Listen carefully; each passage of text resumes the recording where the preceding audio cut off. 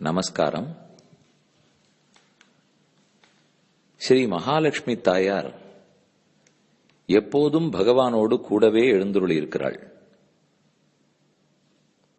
நித்யவேஷா ஜெகன்மாதா விஷ்ணு ஸ்ரீர் அனபாயினி.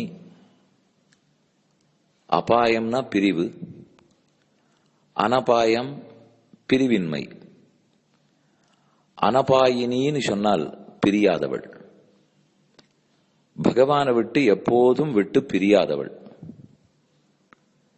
நம்ம பெண் குழந்தைகளுக்கு புதியதா பேர் வைக்கணும்னு தேடுறோம்.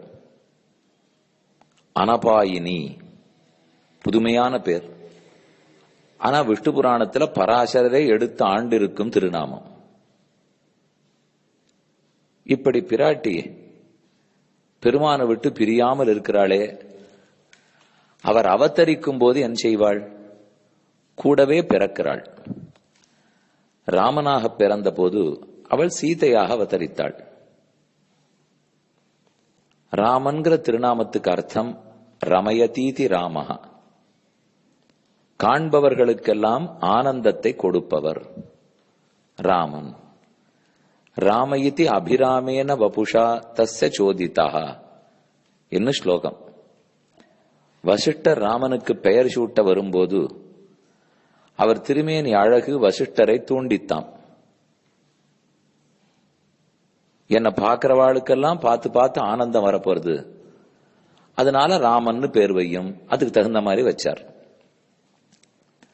அதே சீதையினுடைய திருநாமத்துக்கு என்ன காரணம்? சீதை ஜனகனுக்கு குமாரத்தி. ஆனா அவ அப்பாவுக்கு மட்டும் ஜனகன்னு பேர் இல்லை, பல தலைமுறையாக ஜனகன் ஜனகன் ஜனகன்னே அவர்களுக்கு திருநாமம். அந்த பேர் ஏன் வந்தது, சீதை எங்கு பிறந்தாள்னு கூறுகிறேன். நிமி என்று ஒரு ராஜா, அவனுக்கு ரொம்ப நாளாக புத்திர பேர் இல்லை.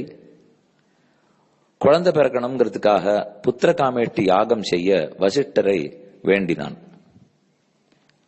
ஆனா வசிஷ்டர் இந்திரனுக்காக வேறொரு யாகம் பண்ணி கொடுக்கிறேன்னு ஒத்துக்கொண்டு இருந்தார். அது முடியறதுக்கு ஒரு சுமார் 500 வருஷங்கள் ஆகும்.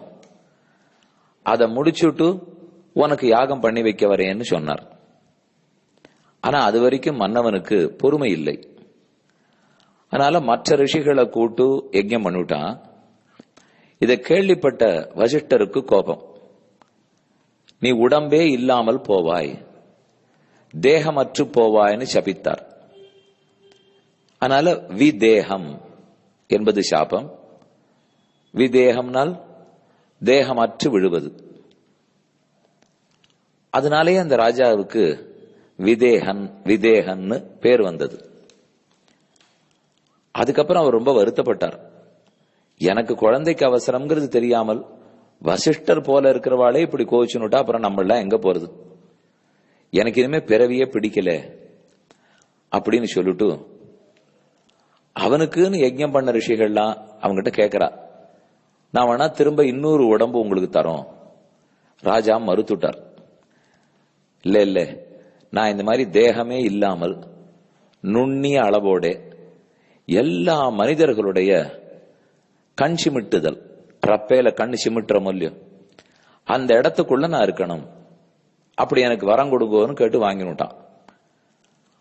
அதனாலதான் நாம கண் சிமிட்டு நேரத்துக்கு சம்ஸ்கிருதத்தில் நிமிஷம்னு பேர்.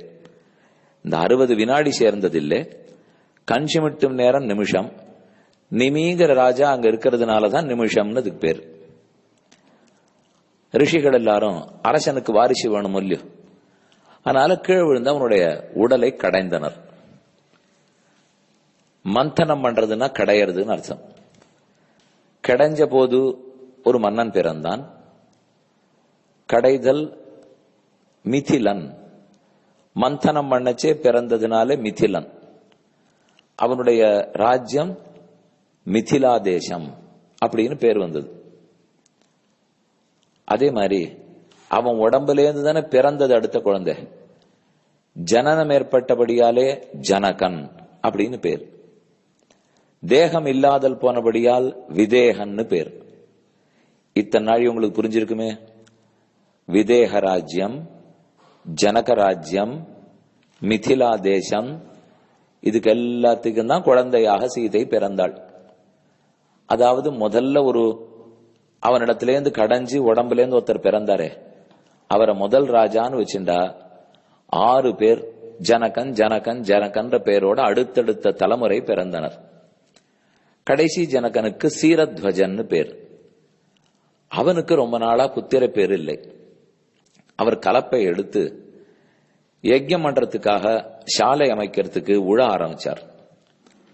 அப்போ அந்த கலப்பை போய் ஒரு இடத்துல தட்டி நின்னுது. அங்கிருந்து ஒரு பெண் குழந்தையை கண்டெடுத்தார். அவளுக்கு தான் சீதான்னு பேர் வைத்தார். சீதா லாங்கல பத்ததி, அதாவது கலப்பையினுடைய நுனி கோடு போறது இல்லையோ, அதுக்கு சீதான்னு பேர். அங்கிருந்து பிறந்தபடியால தான் அவளுக்கு சீதானே பேர் வச்சா. விதேக ராஜ்யத்துல பிறந்ததுனால வைதேகின்னு திருநாமம், மிதிலா தேசத்துல பிறந்ததுனால மைதிலின்னு பேர், ஜனக தேசம் ஜனக மன்னவனுக்கு பிறந்ததுனால ஜானகின்னு பேர். சீதாங்கிறது இயற்பெயர். இதுதான் சீதாதேவியினுடைய அவதாரத்தின் கதை. அவளுக்கு இந்த திருநாமங்கள் ஏன் வந்தது அப்படிங்கிற பெயர் காரணம். சீதையினுடைய திருவடிகளை பற்றி ராமனுடைய அருளை எப்போதும் பெறுவோம். ஆடியோ பிராட்காஸ்டை உங்களுக்காக வழங்குபவர் ஸ்ரீ வேலுக்குடி கிருஷ்ணன் சுவாமி.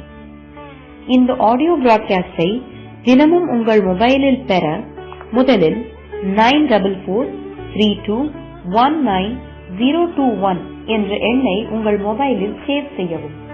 பிறகு இந்த எண்ணிற்கு ஒரு வாட்ஸ்அப் மெசேஜ் அனுப்பவும். தினந்தோறும் இந்த ஆடியோ பிராட்காஸ்டை கேட்டு மகிழவும்.